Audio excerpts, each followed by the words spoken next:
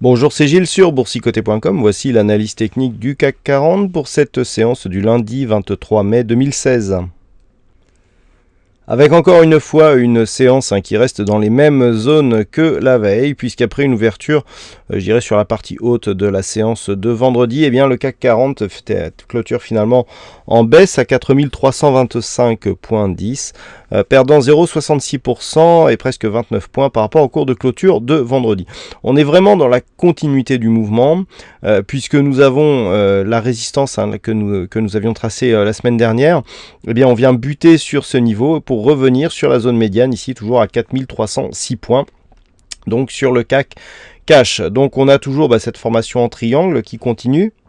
Donc toujours cette continuité dans la dynamique qui est neutre, qui n'a aucun directionnel. Alors, un seul signal technique que nous avons aujourd'hui, c'est que depuis ici le contact avec la bande de Bollinger inférieure, on revient sur la moyenne mobile 20 exponentielle. Voilà, c'est le seul moment, c'est le seul contact, enfin, c'est le seul signal que nous avons. Attention, ceci pourrait être un signal je dirais, de reprise du mouvement baissier.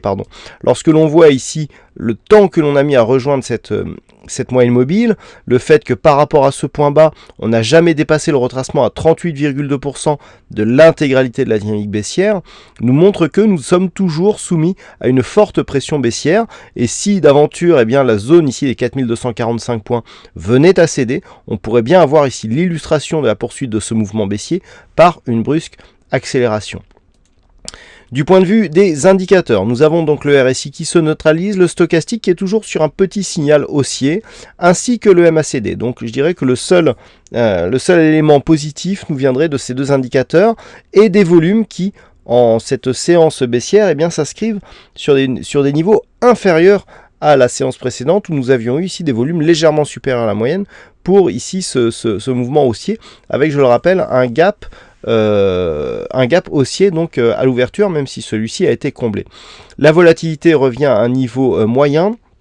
Alors, ce que l'on peut retenir, c'est que d'un point de vue purement indicateur, on a ici une petite impulsion haussière avec le gap que nous avions ici dans un premier temps. Le gap, on confirme le comblement, mais on vient tester ici cette zone médiane, je vais revenir dessus, et ensuite on se replace toujours au-dessus de ce gap initial. Donc pour l'instant, malgré cette bougie, on reste sur une petite impulsion haussière. Rappelez-vous ce que je vous disais récemment sur ce fameux niveau des 4306 points. Lorsque on a une zone de range, la stratégie de range consiste à prendre les extérieurs du range pour venir sortir sa position sur la zone médiane. La zone médiane, tout simplement parce que c'est cette zone qui délimite, je dirais, les différentes dynamiques possibles, et surtout c'est la zone par laquelle passe le plus de mouvements à l'intérieur de ce range. Et c'est bien ce que nous avons. On vient chercher ici le haut du range, on revient sur la zone médiane.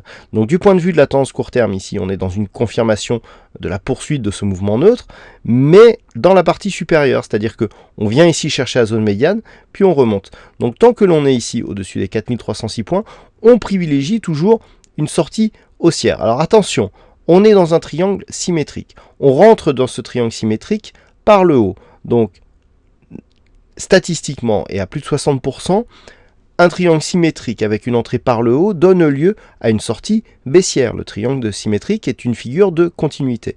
Actuellement, la configuration technique nous donne un peu plus de probabilité de sortie haussière, mais tout confondu, c'est-à-dire si on fait abstraction ici du placement par rapport à cette zone médiane, on a plus de chances de sortir à la baisse qu'à la hausse. Sauf si on se rapproche fortement de la pointe, puisque à partir du moment où on se rapproche de la pointe, et notamment lorsque l'on rentre dans le dernier tiers du triangle, donc pour l'instant on n'y est pas encore, mais ici le cas échéant on mesurerait un petit peu cette distance pour voir, à partir du moment où on se rapproche trop de la pointe et que l'on rentre dans ce dernier tiers, il y a de plus en plus de risques d'invalidation de ce triangle et donc d'une sortie totalement aléatoire. Donc les niveaux à surveiller par rapport à ça. Tout d'abord, les 4306 points, parce que c'est toujours la zone médiane de cette zone d'évolution neutre, et que l'on voit bien qu'en fonction de l'endroit où l'on se trouve par rapport à ce niveau, la sortie peut arriver rapidement. D'autant plus que les niveaux de résistance et de support vont se rapprocher de ce niveau, et que donc on risque d'avoir ici, je dirais, des cours qui qui rétrécissent un petit peu leur course avant une sortie. Hein. En général, plus on a une volatilité qui baisse, plus en cas de sortie, eh bien la sortie peut être forte. Donc on surveille 4306 points. Demain, on va dire qu'on va surveiller 4350 et 4280 cash, car cela correspondra à peu près aux limites de ce triangle symétrique. Voilà, pas grand chose de plus à dire malheureusement sur cette configuration technique. On est vraiment dans la continuité de ce que nous avons depuis maintenant quelques semaines, en tout cas depuis ce mouvement ici, hein, et donc le début du mois de mai, eh bien là on arrive à la fin du mois de mai et on est toujours sur ces mêmes niveaux. Voilà donc ce qu'on peut dire sur cette analyse technique. Alors, il y a eu un fixing aujourd'hui, c'est Bono qui gagne sur cette session, bravo à toi Bono, et en ce qui concerne les statistiques, on aura trop peu d'occurrences significatives pour avoir une statistique fiable sur les prochains jours, donc il n'y aura pas de statistiques qui seront dévoilées pour cette séance, sachant qu'il n'y a que 3 occurrences, compte tenu des paramètres retenus pour les indicateurs donc qui génèrent ces statistiques et que ce n'est pas du tout suffisant. Voilà donc, passez une bonne soirée, bonne chance au prochain trade, on se retrouve dès demain pour d'autres analyses techniques sur le site boursicoté.com.